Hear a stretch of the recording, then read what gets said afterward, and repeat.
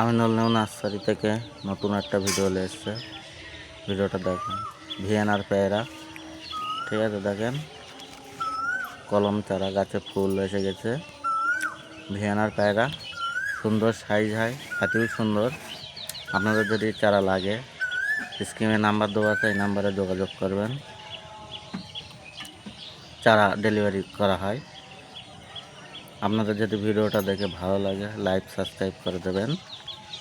দেখেন সুন্দর চারা, 1-1.5 ফুটে 2 ফুটে চারা, নতুন চারা দেখেন সুন্দর ভিয়েনার পেয়ারার চারা।